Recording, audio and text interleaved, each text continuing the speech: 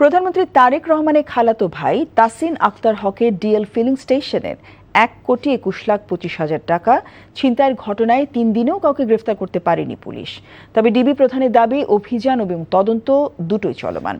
রাজধানী মিন্টো রোডে DMP media সেন্টারে সংবাদ সম্মেলনে ডিবি প্রধান জানান, শিগগিরই অপরাধীরা গ্রেফতার হবে, আইনশৃঙ্খলা বাহিনীর চোখ ফাঁকি দেওয়ার সুযোগ নেই। অন্যদিকে ডাকাতি প্রস্তুতিকালে হাতিরঝিল এলাকা থেকে দেশি বিদেশি অস্ত্র সহ ডাকাত দলের ৪ সদস্যকে গ্রেফতার করা হয়েছে বলে জানান তিনি। এছাড়া রাজধানী পল্লবী থানা এলাকায় বিএনপি নেতা আলমগীর হোসেনকে গুলি করে হত্যা চেষ্টার মামলায় প্রধান আসামি রুবেল ওরফে ল্যাংড়া রুবেল সহ ২ জনকে গ্রেফতারের কথাও জানান গোয়েন্দা পুলিশের এই শীর্ষ কর্মকর্তা।